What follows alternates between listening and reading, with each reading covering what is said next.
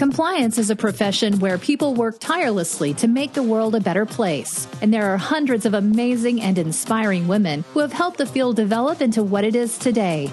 Great Women in Compliance is part of the Compliance Podcast Network, so join Mary, Shirley, and Lisa Fine as they talk with women in compliance who are making a difference. Hi, you're listening to Great Women in Compliance on the Compliance Podcast Network with Mary, Shirley, and Lisa Fine. I'm Lisa Fine, and today I'm speaking with Danielle Cannata. She is Senior Counsel at SABIC, which is a Saudi Basic Industries Corporation based in Houston. She's responsible for company-wide compliance, and she monitors and promotes compliance at SABIC. She also manages the trade compliance team and supervises activities around economic sanctions compliance, export controls, CFIUS reviews, and import-export processes. She's been at SABIC for 12 years, but her career in compliance started when she was a Presidential Management Fellow for the U.S. Department of Defense. Before joining SABIC, she was counsel at a large law firm. One thing that's just remarkable is how Danielle's been advocating for women throughout her career. At SABIC, she is also involved with the B20 and is the co-chair of the Integrity and Compliance Task Force. In this role, she is working to give women in the workplace the tools they need to identify and report corrupt and unethical behavior, among other issues. I'm so thrilled that we're able to speak with you, Danielle, right before the B20 and to hear about your work.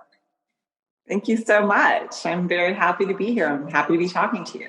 This is great. So can you tell us a bit about your background in some more detail and how you got into compliance? Sure. So I started my career at the Pentagon, and I was there for 2 years, primarily working on international negotiations and issues that involved defense policy. After the Pentagon, I went to a law firm in Washington, D.C., and I was in the international trade practice there for about 7 years and primarily focused on trade compliance. When I first joined SABIC as an in-house lawyer in 2008, I was hired to do trade compliance. And then over the years, my portfolio broadened from just doing trade compliance to also doing anti-bribery, gifts and hospitality, our supplier due diligence program, supporting our corporate sustainability department. So really a whole range of compliance activities that sort of got added to my portfolio over the years. Yes, it's a pretty large portfolio at this point in time, it sounds like. So. Yeah, it is. So, and the B20, and talk a little bit about that. It starts in just a couple of weeks. And can you talk about what the B20 is and your role and SABIC's role as well? Sure. Happy to do that. So every year, the heads of state of the world's 20 largest economies, so the G20, have a summit meeting where they discuss mostly international economic issues. This year, and it's a rotating presidency, so this year, the G20 is hosted by Saudi Arabia. And there's a business component to the G20 as well, and that is known as the B20 or Business 20. And it's really an opportunity for companies and business leaders from the G20 countries to make policy recommendations to the G20 heads of state for them to take back to their home countries and implement as policy and as law in their home countries. And the idea is to really bring sort of a business perspective to the G20 summit and to make sure that the voice of business is really heard by the G20 leaders. I have been working on anti-corruption and integrity issues through the B20 as a SABIC representative to the B20 since about 2013 now. And so this year for us in SABIC, because we are a Saudi-based company, it's a very exciting year because Saudi Arabia has the presidency of the G20 and thus the presidency of the B20.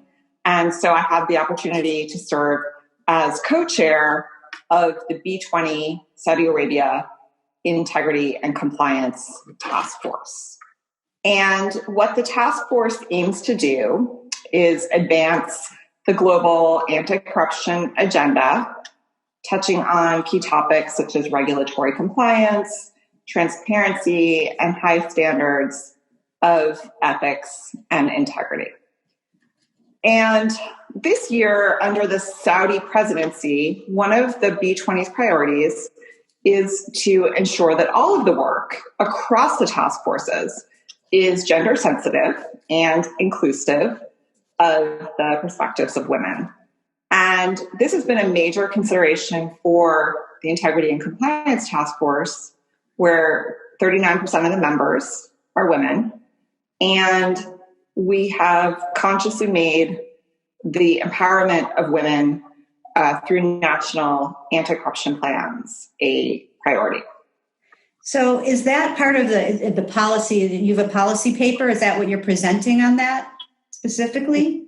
Yeah. So basically,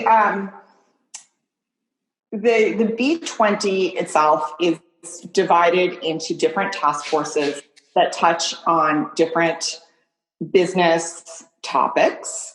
And so each task force gets to put forward a policy paper and some recommendations that will ultimately go into a communique to the G20 heads of state at their summit in November.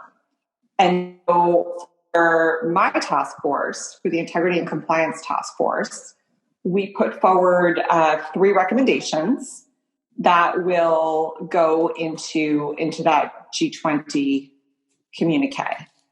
So shall I talk about what those 3 recommendations are? Sure, that'd be great. Yeah, absolutely. Okay, sure. So our first one is that the G20 should pursue a culture of high integrity in the public and private sectors. And to do so, we recommend that the G20 engage with the private sector to implement or improve national anti-corruption plans and to adopt new collective action initiatives. So really to have companies and other stakeholders working together to fight corruption. We also advocate that the G20 should strengthen laws protecting whistleblowers and engage with the private sector regarding best practices in whistleblower program management. And finally, under this recommendation about pursuing a culture of high integrity, we also want to ensure that these anti-corruption plans and whistleblower protections empower women to become part of the solution to corruption. And I'll talk a little bit later about how specifically we were trying to do that. Right. Okay. Yeah, all 3 are really very significant, both in private organizations like where I work and others, and are critically important. But I do think that that last point you're talking about is giving women the tools and talking about how to help with gender recognition and that. Can you talk a little bit more about that? Okay, sure. So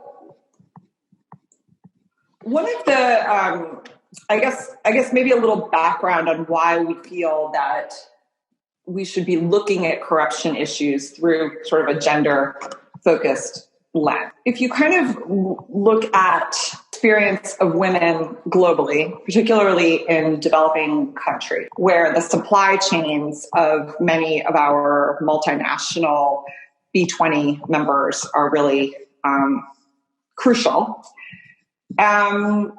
In these countries, women face, in their role as caregivers and in their role as the support mechanism for the family, women face corruption in their daily lives.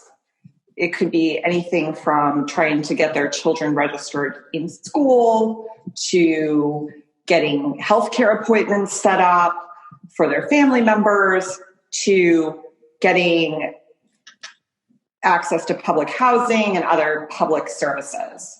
And so so what tends to happen is that women who are living in these societies where corruption is such a sort of routine part of daily life, when they enter the workforce or when they start businesses, when they become entrepreneurs, when they go work in companies that are supplying major multinationals, they sometimes have the impression that from their life experience that corruption is kind of just the way it is, and that there's not much that they can do about it in their society or in their work life.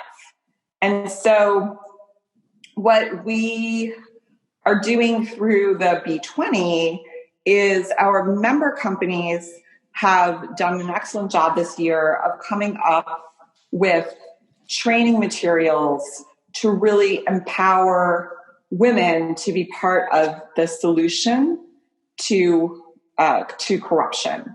So we've developed some training materials that our member companies can use in their own supply chains, both to train their employees on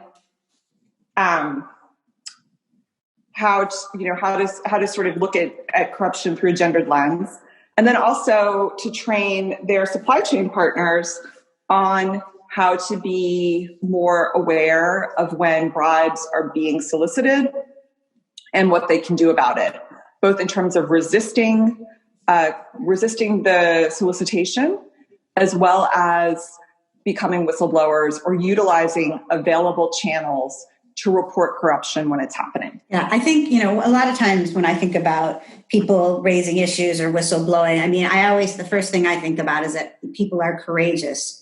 When, to a lot of times to reach out and to do this. It seems like for the women that we're talking about, and just generally with supply chain, it takes even more courage and information and tools. And that seems like what you all are starting to provide, first through the recommendation and then second through follow-up. Right. Exactly. But with that in mind, what do you see as the most important steps in, for the women who want to report issues or, advocacy through the tools? Right. So I think, the most important step for us is first just raising the awareness and giving women the understanding that what's happening is not right, and that they can do something about it, that they can really be empowered to do something about it. And so the B20 is committed to collaborating with G20 members and civil society to accelerate the effort to enlist women in the fight against corruption. And so with our training materials, we're really starting to educate and train women to resist and report solicitation. So the first step is to really recognize when it's happening. And then once they do have that recognition that it is happening, to understand some basic ways that they can resist. So just to give a really simple example, when they're being asked for an improper payment, we're sort of teaching them to just say, I'm actually not allowed to give payments, directly, but we can do a transfer to your the ministry's account. Can I get that information? Can I get your supervisor's name? Can I come back with my supervisor so that we make sure that we're doing this properly? So what we want to do is kind of give women just some easy ways to kind of respond when they're kind of being put into that situation where they're being solicited for a bribe and they may not know what to do. They may not know how to resist it. They may not know, that they can resist it. And so we're kind of giving them those tools, and then as sort of a first step, and then the next step is training them on how to actually report when solicitation is happening. Yeah. I mean, it's interesting to me when I think about that. The first step is how to handle it when it's occurring, as opposed to being just somebody who is passively watching or learns about it. But the first struggle is actually being the person present for it and how to react. Right.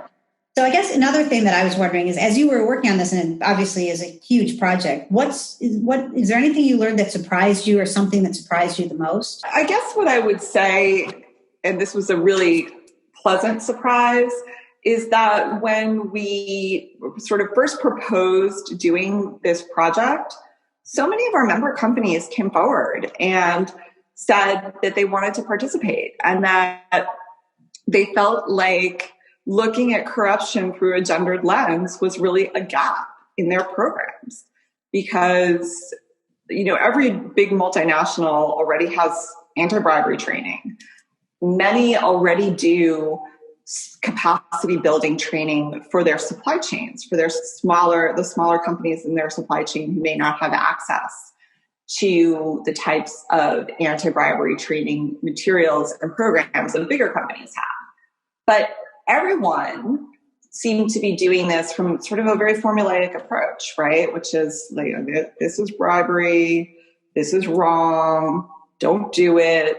But what they weren't doing is really addressing the specific needs of women, especially when you have so many women in developing countries who are working in the supply chains, who are entrepreneurs starting businesses, who are really coming into the workforce with a desire to make an impact and do well, but maybe coming from a perspective where their societies are so male dominated, or the political system seems to kind of be stacked against them, that they may not really fully understand that they can be empowered to be part of the solution to corruption. So I would say that the thing that really surprised me the most is that our B20 member companies all seemed to recognize that this was a gap in their compliance programs, and that by addressing gender or addressing corruption through a gendered lens, they could really raise the bar and make a significant contribution to improving integrity standards in their supply chains. Yeah, that's really interesting, and that's something I haven't thought as much about. And this conversation has been great for that with me. Is there anything else that we haven't talked about either the paper and the recommendations or the advocacy for women that I may have missed while we were talking right now that were particularly important to you or highlights?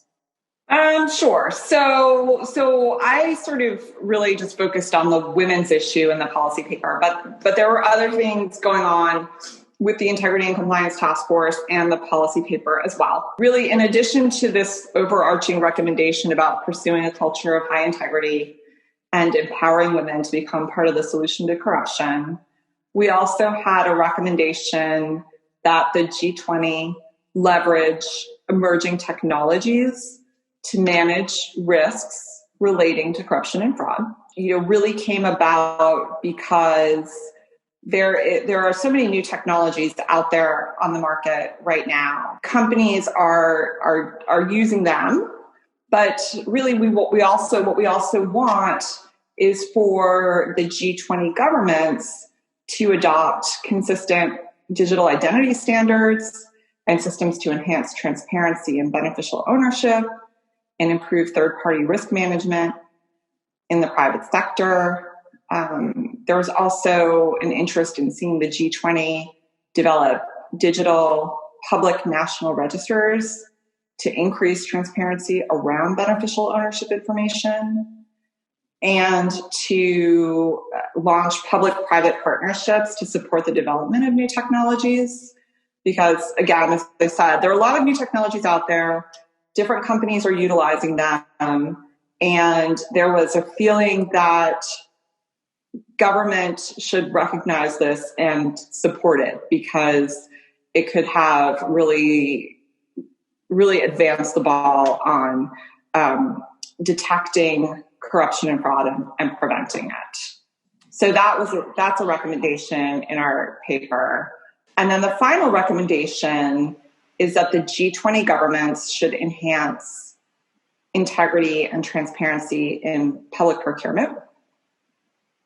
And so really looking at this across the entire public procurement life cycle, and for the governments to give incentives to reward high standards of ethical conduct in public procurement.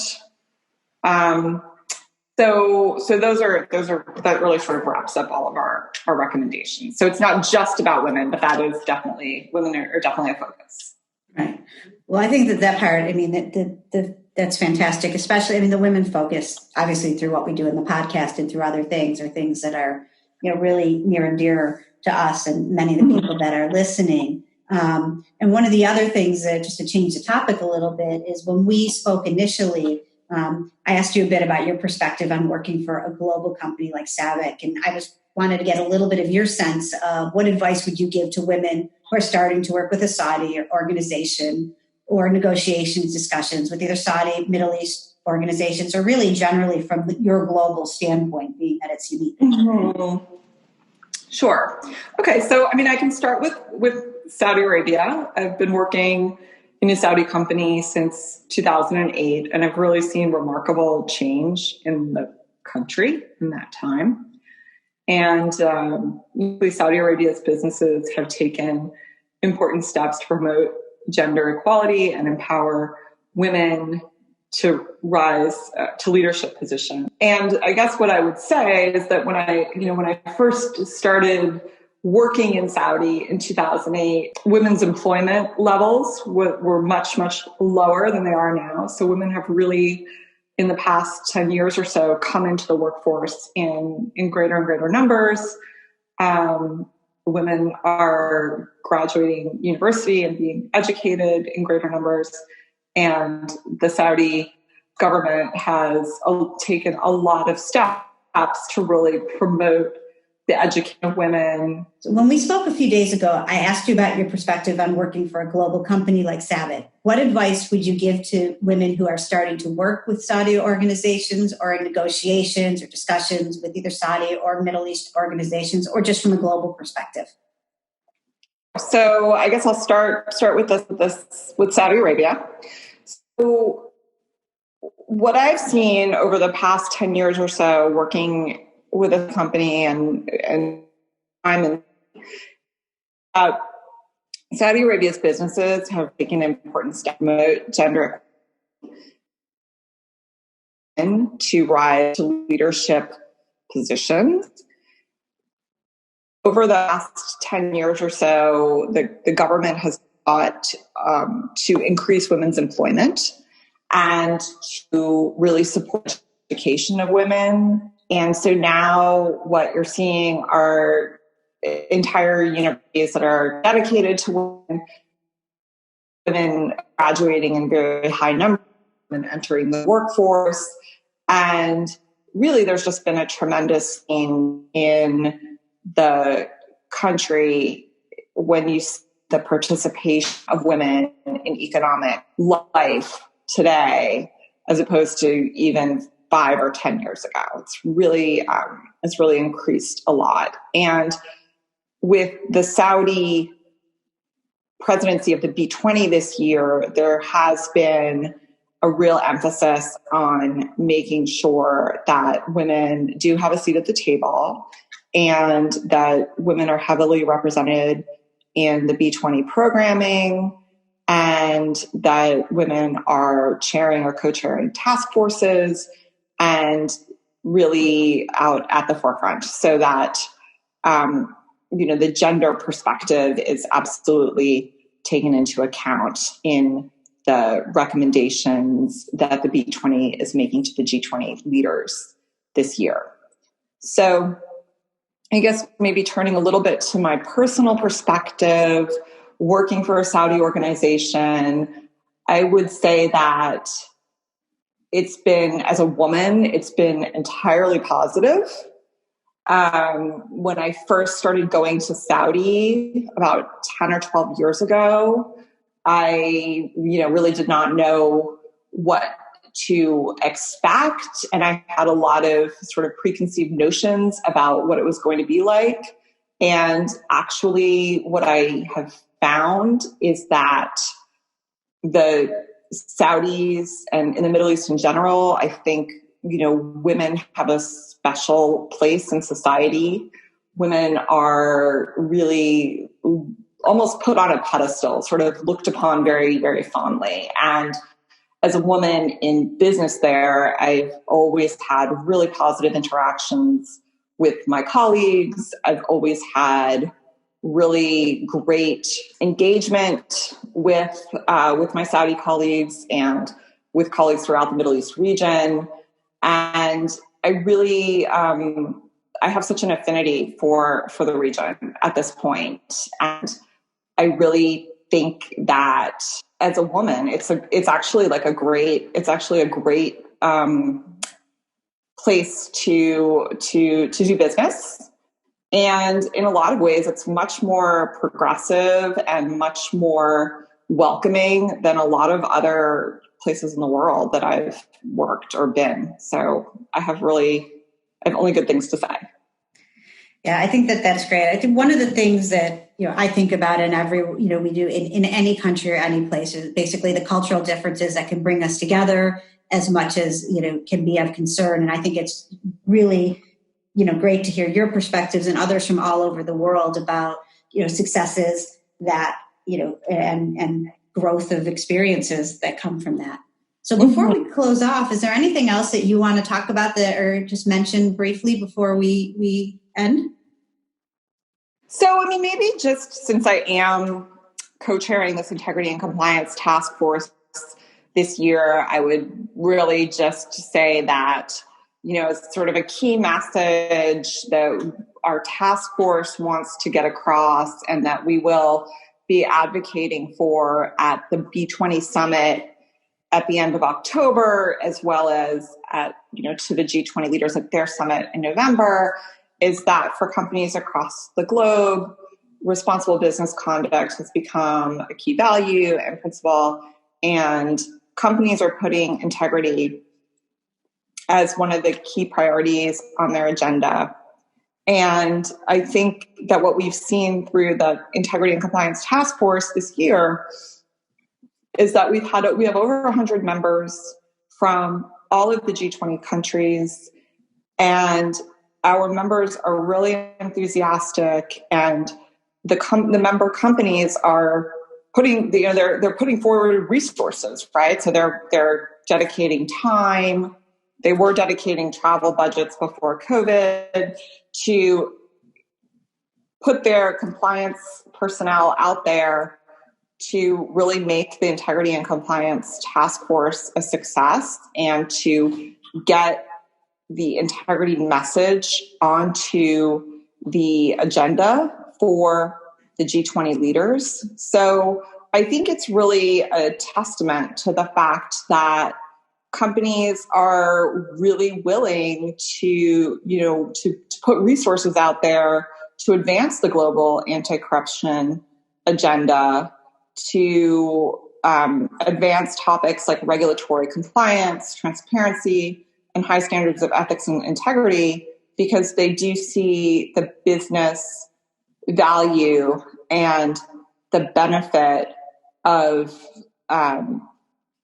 building, a healthy integrity culture in companies and in the business environment, and how that can lead to economic growth.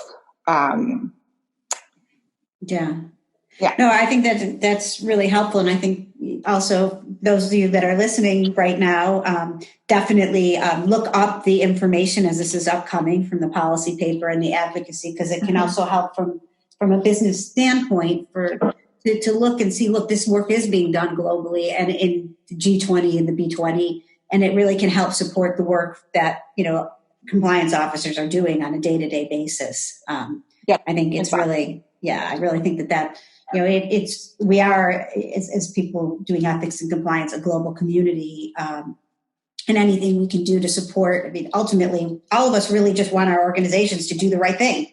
And I mean, I think it's fabulous what you have done personally as part of this and the tremendous amount of work. And I just wanted to say thank you so much for joining me on the Great Women in Compliance podcast. Thank you so much. Thank you so much for having me. This has been great. Thank you. Thanks for joining us for this episode of Great Women in Compliance. We hope you'll join us in honoring the great women in the compliance field by subscribing to this podcast and leaving a review.